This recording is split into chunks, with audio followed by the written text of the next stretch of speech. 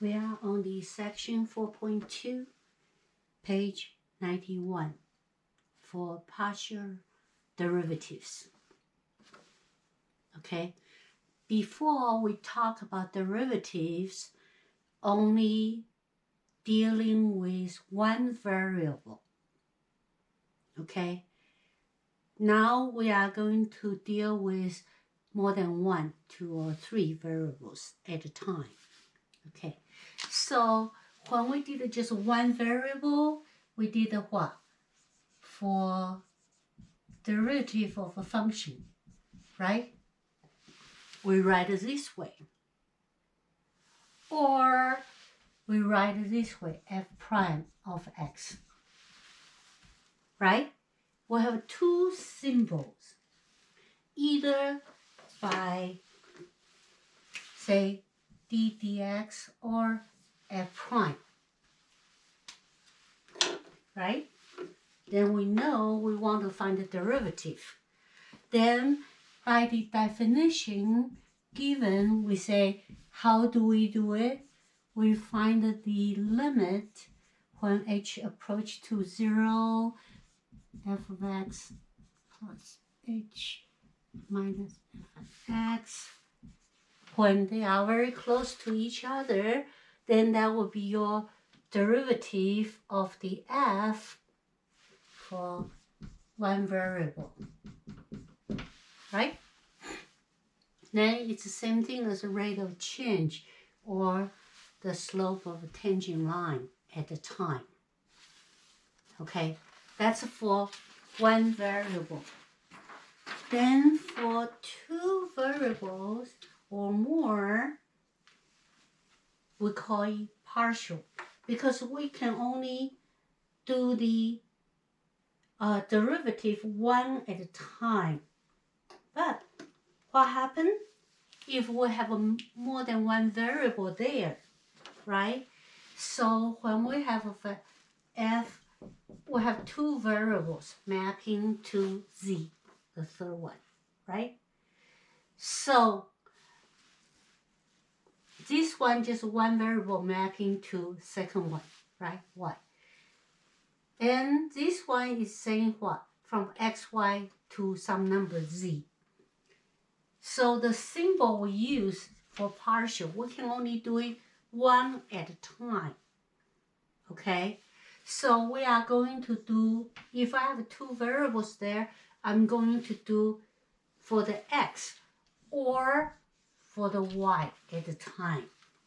Then how do we do it? We can either write fx, okay? Or we can write del x, means we are going to take the derivative with respect to x, okay, for this case. Then we do it for this function. Or we just do it with del y fxy. This one is what? With respect to y. Okay? Then those are just symbols. That means partial derivative. But how actually it's calculated, it's like here. Okay? We find the limit. Okay? When h approach to 0, we have f at x for with respect to x, right? So we x increment to the h a little bit, okay? Minus fx and y over h, just like here. But instead, one variable x, you have x and y. Then you keep y there as a constant, treat it as constant. Then you only deal with one at a time. If we deal with y with respect to y, what do? Same thing. That means we are going to approach the function from y standard point of view, okay, instead of x. only can approach it at one time. So x stays there for as a constant, right? Y, a little bit bigger approach to y. Okay, we just let you know where are they from. Then, as we did before, once we have definitions, but we don't use it anymore, we just use our tools, right? To do the derivative, constant rule, different rules, right? Power rules, as such. Okay? We are going to just follow the rules to do it. Doing it is not too bad. Okay? At the same time, we say if the limits there, right? They better be there, otherwise we don't have to do it. If the limits exist. Okay? Or, like here, we have what? Like those one, del x fxy, sometimes we write it this way. We write del f over del x. Okay? It means we take a partial derivative, same thing as that. Or we write a del y fxy regarding to the y, del f del y. Okay, then doing it is not too bad. Let's see some example. Okay, if we say del x, I'm going to take a derivative with respect to x. What do? We treat the y as a constant. We just deal with one variable. Okay, we can only do the derivative one at a time because we can either approach, right, like the curve, we can either approach from the x side or from y side, right? Only one at a time. So you take a derivative of the x cubed, that would be what? 3 times x squared, right? Drop one level. Then you keep the y4 as constant. So the answer will be 3x squared y4. That's all you need to do. Just treat another one as a constant. If we say del y, that means we are going to take a derivative against y with respect to y at this time. Okay? Then keep the x as constant. So you keep that constant, you take the del on the y, that would be drop one level, 4y to the cube, right? Take this as constant, then we will have 4x cubed y cubed. That's all we need to do. If you can do the derivative earlier to deal with one variable, to deal with 2 or 3, it's relatively straightforward, right? So for this one, there is no x, right? Oh no. It means what? X to the 0 power is 1. Then you take a derivative of constant. That means what? This is an invisible 1, right? Then take a derivative of a constant 5 or 6 or 1. That would be 0. That would be 0. Then y4, that would be 0. Right?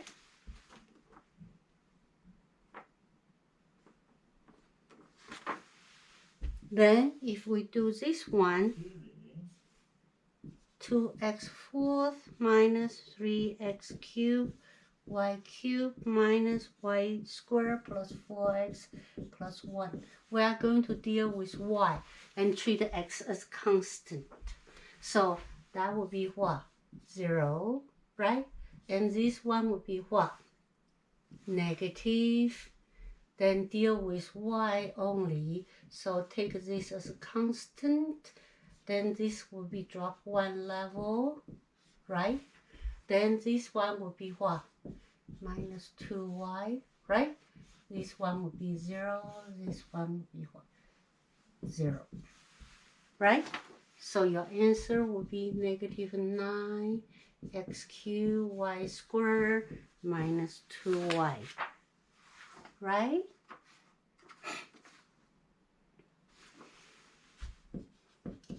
So for the polynomials of the partial derivatives, how about exponential thing? Right? Let's see. If we take for the x, that means treat y as a constant. Right? That's a constant. So you deal with that. So this derivative is what? E of x. Right? Then this is a constant multiplied by that, so you keep it. So the answer should be what? Same thing. Right? If you take a partial derivative for the y, then you will treat this one as a constant. That's your constant, right? Then you need to deal with that, take a derivative of that. For the y, that would be what? 1 over y. Is that right? So that would be ex over y. Right? What are we doing? We are doing the partial derivatives. We don't have to worry about the limits. We are not going to, to do that in this class. And we just follow the rules. Okay? Then next one, if find fy, then square plus 1 to the 4th power, right? Then take a derivative of y. You treat x and numbers will be the same. So here is the y. Then you take a derivative of that. You need to follow the chain rule. Drop one level, right? Would be 4 outside, xy squared plus 1/3, right? Then you need to take a derivative of the inside. You need to do del y. We are going to y, right? To do the inside one more time. So that would be what? 4xy squared plus 1 to the cube. This one deal with this. This drop one level will be 2y times x will be 2. That will be your x times 2y, right? Then this one will be 0. Is that right? So your final answer would be what? We find them together is 8xy, xy squared plus 1 to the 3rd power.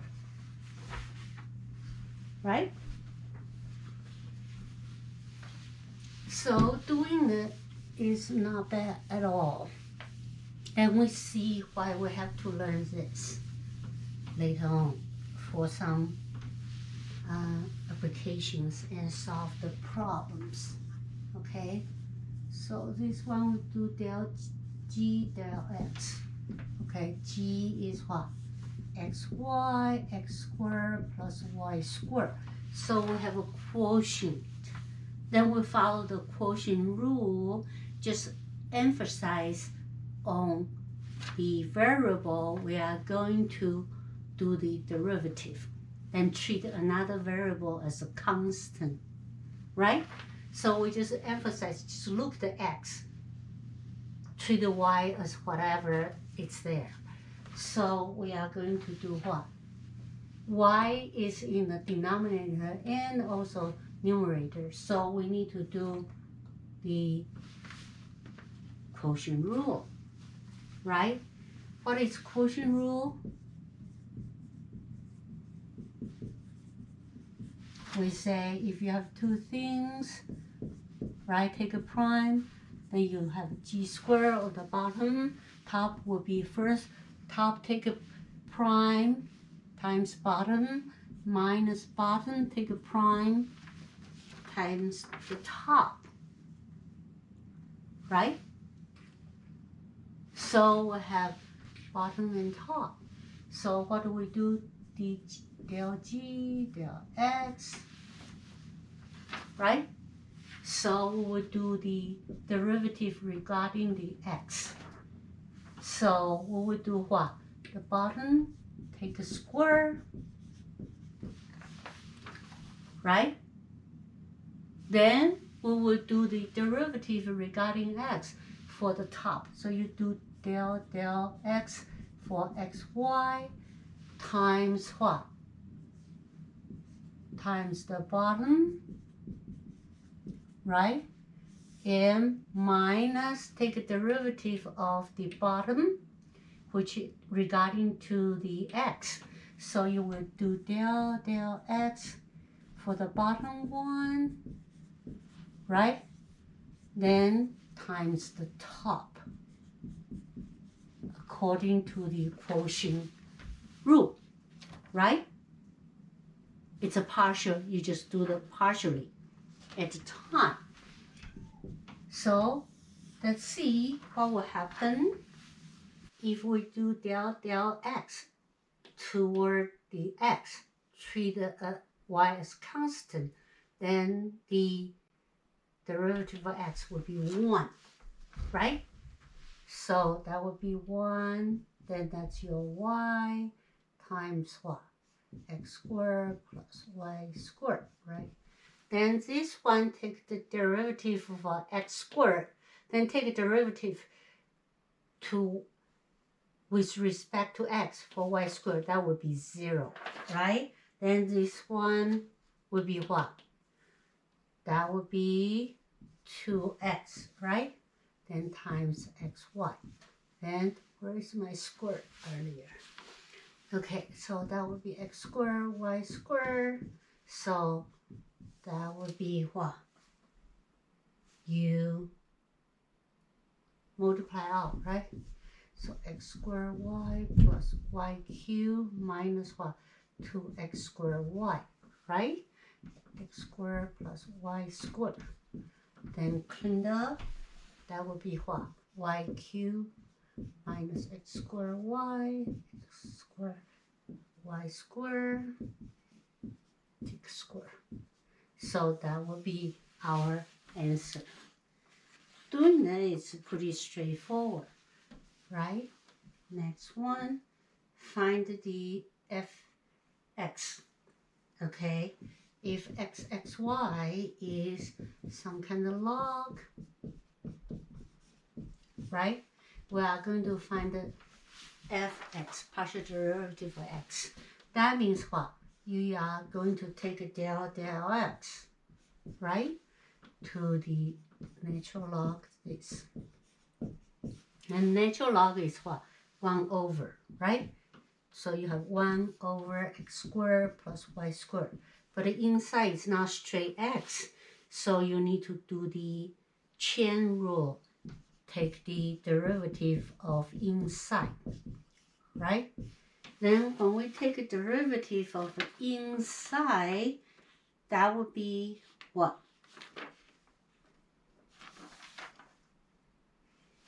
Treat this one as constant. This one would be what? 2x, right? So that would be 2x over x squared plus y squared, right? So pretty straightforward. What we are doing is we just do, partial derivatives and focus on one variable at a time. Okay, then let's see, number 9, find the what? find the fy13. That means take a derivative of what?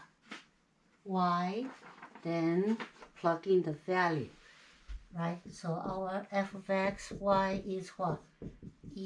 Ex squared plus y squared. So we are going to do the exponential function.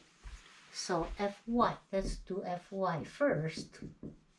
So we say if take a derivative of this, d dx, that would be the same thing, right? That's the exponential rule. So we just do the y. So the power, so it will be same thing, x squared plus y squared, but it's not simple y here, then we need to do what? Chain rule, right? For this part. So that would be for the x squared plus y squared, right? So this one is the same. And this one derivative treat the x as constant. That one is what? 2y. Right? Then to find the fy 13, then you plug in 1 squared plus 3 squared, 2 times 3. Right? Then that would be 6e to the 10th power. That would be your answer. You find out why we have to do this, to plug in a number and do the partial derivative when we handle some problems. Okay, so if we do del x, x cubed, y4, z5, right? Then, so we treat this as constant. Then take a derivative of x. So that would be 3x squared, right? Then times y4, z5. Right? So that would be your answer.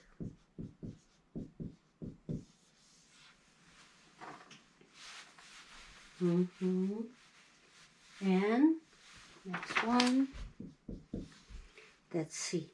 We want to find the FZ111 for our fxyz. 3 variables now is this one. Same thing, similar to this one, but we have 3 variables instead of 2. But we only handle one at a time, treat the others as constants, right? So you take derivative for z.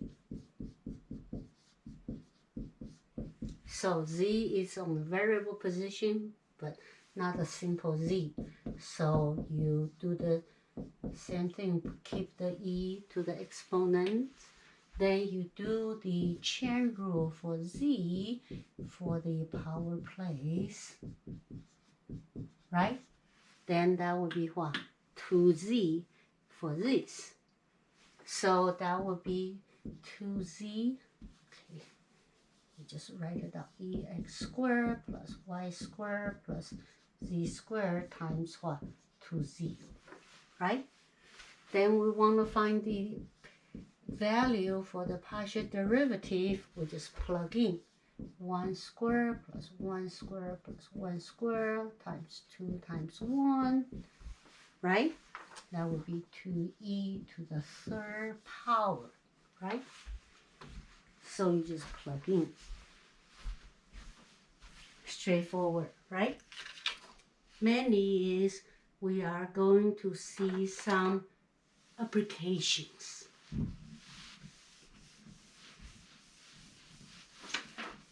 Okay, let's look at your page 93, part 3. And we are going to do it, the derivative, partial derivative, but the meaning still as rate of change. Okay, right? Because we are going to find the marginal value or that still rate of change. So, as partial derivatives, as rate of change, what do they mean, right? If I have fx for the xy variable, we only do one variable at a time. So it means what? Instantaneous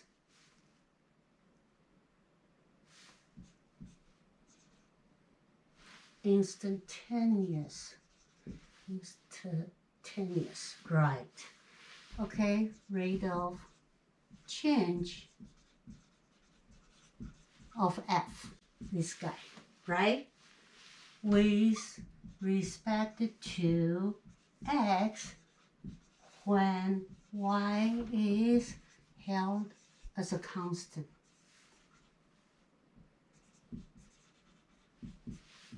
Right? Same thing as just one variable. If for fy, xy, that would be same thing, but instead would be with respect to y when x is held constant. Right? Then let's see how we are going to apply it. Treat it as the rate of change. What kind of meanings can it be? Okay, let's see first one. We are going to practice the Cobb-Douglas production function. Remember the Cobb-Douglas production function is what? According the production unit is according to the labor and the capital, right? It's some kind of number, then that's inference number, right? Then this is A, K is B, then, no, shouldn't be. That's B, that's 1 minus B, right? That's the between 0% and 100%. So now the example tells us some production unit is calculated this way. Somebody did a study, is you say 20 times of the labor, which is what? Labor count as 60%, capital count as 40% of the total production units. Okay? You want us to find what? PL 120 and 200. Then interpret its meaning.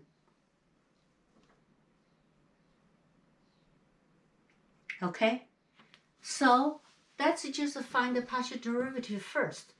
PL according to the labor, okay, when labor is close to 120, what will happen? So let's do the partial derivative for this one according to the labor. So what do we have?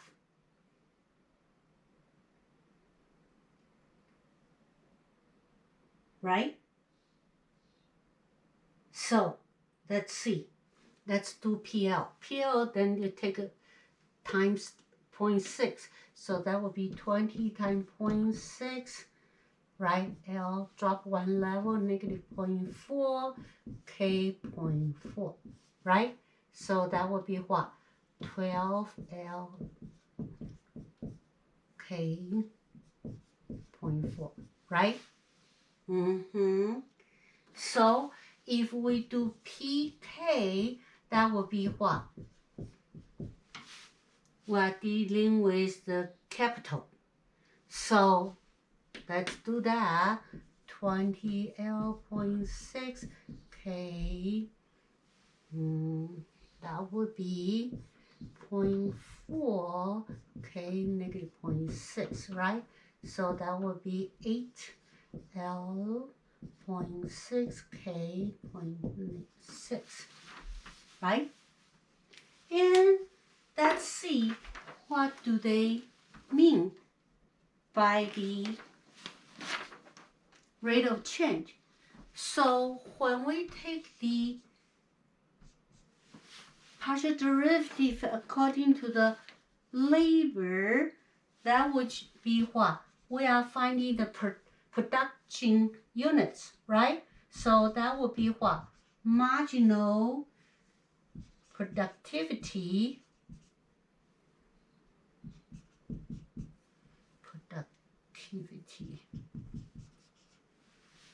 Right? Of what? According to the labor. And this one will be what? We are talking about marginal productivity of what? The capital. Is that right? For the rate of change, it means what? A marginal thing, right? Then let's see if we plug in the number, what can it represent? Okay. So for this one, when we plug in PL 120, 200, okay, what do we have? Then we have what? 140.7. If we plug in here for the PK 120, 200, it's about 5.9 units. So what can it possibly be?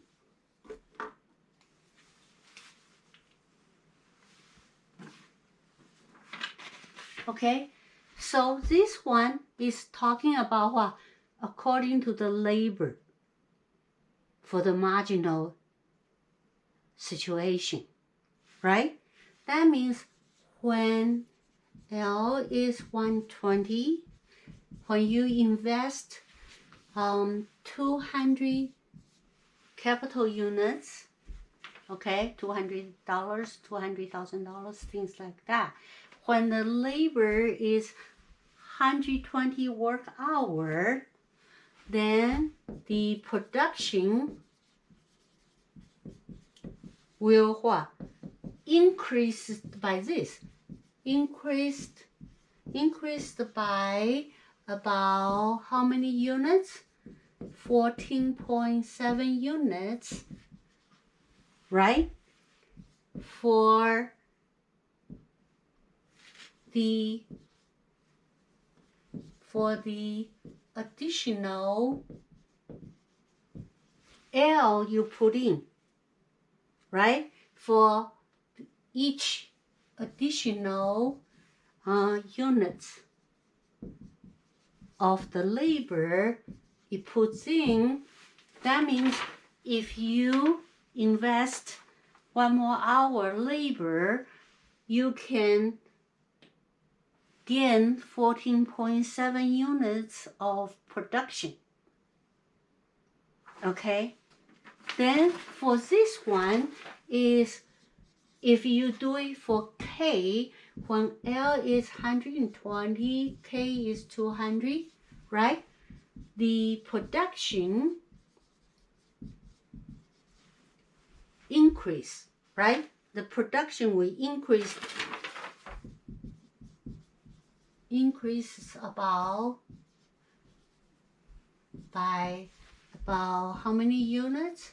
Only 5.9 units for each additional capital, right? Unit of capital you invest.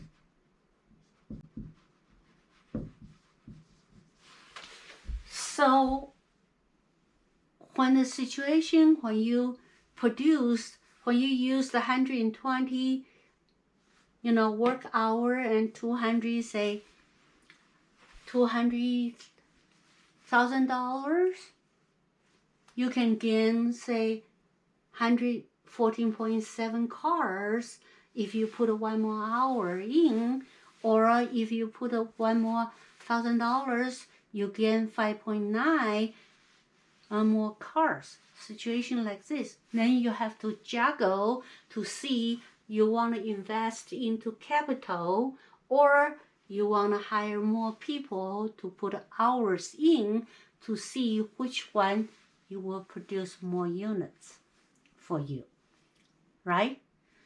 However, it all depends on this. You see, labor has more percentage. That means you will produce what? More result when it happens. Then capital, you produce only less power, means what?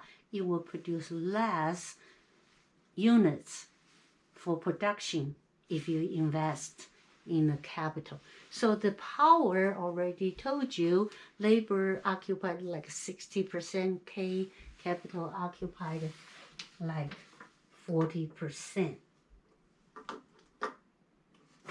Okay? So on the page 93, previous part, we were talking about interpreting partial derivative as rate of change, right? So you increase the labor or increase the capital, and what kind of marginal situation would be, right? So now we are going to use these concepts and to do the marginal analysis. Say, for our cost. Then take a look if we say CX, okay? If our cost, CX and Y, and it's our cost of function. Instead of cost function for the unit produced, we used to use what? Say I produce so many units, then that would be the cost. However, if I produce 3-speed bicycles and 10-speed bicycles, I have two kinds, two products. So I will have X and Y's, right? So that would be my total cost. Then X would be what? The number of units, originally just cost for a certain part of units, but I have two types. So I have units for, say, 3-speed bicycles, and I have what? Y equals, say, 10-speed bicycle, right? I have two kind of product. Then I need two variables. Now, if we talk about partial derivative of cost regarding to the first product, product A, say, so we say CX. What does that mean? So if I say partial derivative of Y for the total cost for the two products, what does that mean? Okay, so this one means what? We are talking about marginal cost function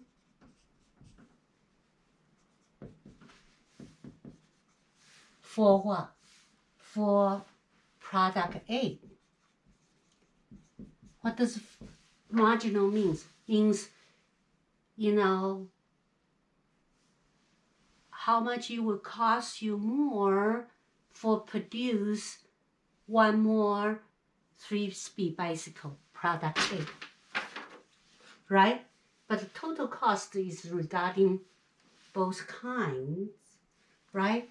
So when this happens, that means we will hold the product B is a constant, right? That's what I mean. Then for partial derivative for Y, say 10-speed bicycle, that would be, say, that would be what? Marginal cost function to produce the 10-speed bicycle product B when we held the product A is constant, right? That's what I mean. partial derivative, you will hold the another part as constant. That's how we do. Just like, when we do the del partial derivative. So let's see some example on your page 94. Interpreting partials of a profit function, cost and profit, right? Similar. So a company's profit from producing X radios and televisions, Y. Two different things, two products. Then total profit would be what? X and Y. So they will earn the profit from radios this way. They will earn the TV profit this way, plus multiply them. Okay, that would be the profit they make. Then they want us to find the P, Y, 25, 36. What does that mean? And interpret. Okay, so we would do what? PY, right? Del Y. So hold this as a constant, then take this derivative. That would be what? 6 times 3/2, drop one level, 1/2, right? Then take this one, derivative of Y, held X as constant, right? So then we plug in 25, 36. That would be what? You plug in the number, then they end up, that would be 3, so 9 times Y, 36, half power plus 25, that would be 79. Okay, so it's the dollar or profit, they didn't say, tens of thousands. Okay, so we know the partial derivative, just like derivatives, is marginal, means what? When you produce one more units, that kind of things.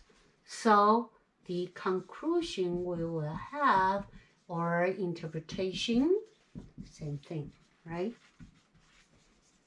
For this one, what does that mean?